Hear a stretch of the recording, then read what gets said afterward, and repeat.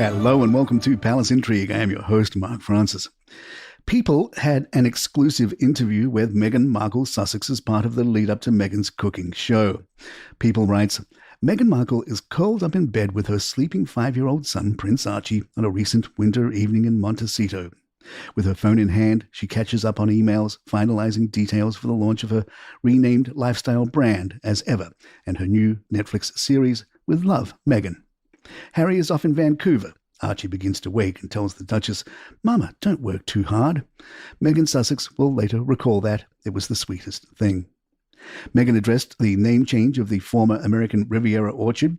There are tons of twists and turns, even with the name. I was figuring it out in real time. I appreciate everyone who gave me the grace to make mistakes and figure it out, and also to be forgiving with myself through that. It's a learning curve, she says. Meghan Sussex discussed her surname. It's our shared name as a family, and I guess I hadn't recognized how meaningful that would be to me until we had children.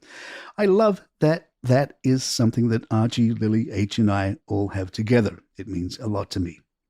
The name is part of our love story. As for life as a mother, when your children get to a certain age, when you're not just playing in the sandbox with them, but almost playing in your own sandbox again, it's super joyful. As a woman, a mum and a wife, to be able to find yourself again in a way that was always present, but that you maybe couldn't put as much attention on as you now can when your kids are a little bit older. It's a wonderful feeling. Harry barely appears in the new series. One crew member tells People, whenever Harry visited set, he was always super polite and friendly, but it was clear he wanted this to be Meghan's moment to shine. The subject turned to Meghan's return to lifestyle content. Well, I loved the TIG, but I certainly love my husband more, she says. So that was a choice I made at the time, and I wouldn't change that for a second. My husband met me when I had the TIG, and I see this spark in his eye when he sees me doing the thing that I was doing when he first met me.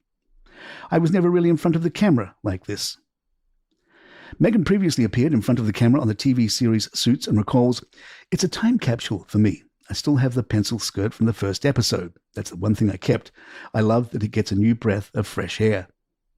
As for the new show, People explains this show isn't a traditional stand and stir format, an industry term Meghan learned during filming to describe most cooking shows.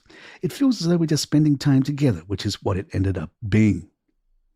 I'd make a recipe and say, everyone try this, and there are certain dishes where you just watch everybody flock in. I'd say, we've run out of spoons. It ended up feeling so communal, and that's the spirit of the show. We also learned via a 10-word sentence that Meghan's podcast will return from the ashes this spring. You can tell Meghan is excited about the podcast by how quickly the subject turned to Instagram. When I was last on social media, boomerang was the thing. Instagram stories didn't even exist, so it's been a minute. I see myself as an entrepreneur and a female founder, and if the brand ends up influential, then that's great. Meghan tells us she doesn't consider herself a trad wife, shorthand for traditional wife. I like being able to do a hybrid, but even when I get takeout, I will try to plate it beautifully. The series is about doing what you can do and doing it with love. People's flowing copy reads, that outlook was first noticed by a friend who visited the set and came up with the name of the show. Their takeaway was that they were so happy to see me as myself, Meghan says. She said, it's like your love letter to all the things you've loved to do. And if you're signing off a love letter, it's with love, Meghan. It felt right. And I loved that my friend helped create it. Receiving that kind of feedback from her friends who have quietly supported her through the challenges of recent years has been meaningful for Meghan. You have to imagine my friends' experience through the past few years, she says. They spend all this time with me at home and at their houses or out at dinners. For them to see who they know to be reflected on screen, it brought them a lot of joy. We also learned more about life in Montecito. We hosted a little camp because winter break was long. We had several days with different families in our home, and we were able to get to know the parents better and all the kids could play. It's a dream, but I also know that being part of a community means you put effort into it. Once you know us, I think you want us to have the same normalcy as parents and for our children as they do, despite however unique our situation is. We go to a lot of dinners, and not just in people's homes or private rooms. We just go into the restaurant. I really love that we can just have fun. I have a couple of girlfriends up here. These are the stay-at-home mums and working women with normal jobs, not in the public eye, she explains. We went from just connecting through our kids to having girls' night out or doing Pilates together. The profile piece is sure to tell us about one of Meghan's new friends. People writes, one confidant recalls how they first connected when Archie and her daughter became fast friends at school. Meghan reached out with a voicemail inviting her to a play date. You can see that as a unit, the friend says of the Sussexes, they're all very connected. After her son's recent surgery, the friend recalls, Meghan sent a bouquet of balloons and a stuffed octopus from Archie and Lily with a handwritten note that said, "We thought you could use a hug with 8 arms." And when Meghan was invited to her low-key birthday party at home, she showed up despite not knowing anyone else and chatted with the other women about mum stuff and life, says the pal. It was just fun and natural. She was very comfortable, just chilling. We learned about Meghan's yoga pals. I go to yoga classes that sometimes have 40 to 50 people in them and just walk in and like, hi. Of course, at the beginning that felt like a lot. By the way, I think anybody walking into a yoga class with 50 people and everyone looks up, it's going to feel a little uncomfortable. But now I love it. It's the best. I had missed it. Meghan shares that the series was not filmed at her home.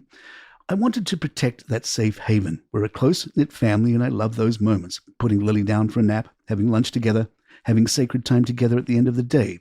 Our kitchen is where Mama just cooks for the family. And with a crew of 80-plus people, that's a lot of people to have in your house.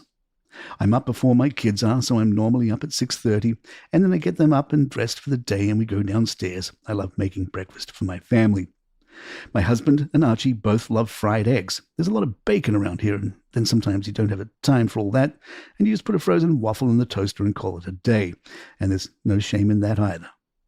Even before I was a mum, I loved being able to nurture in that way. Some of my favorite childhood moments are the meals that my mum would make. She'd make a lot of soul food.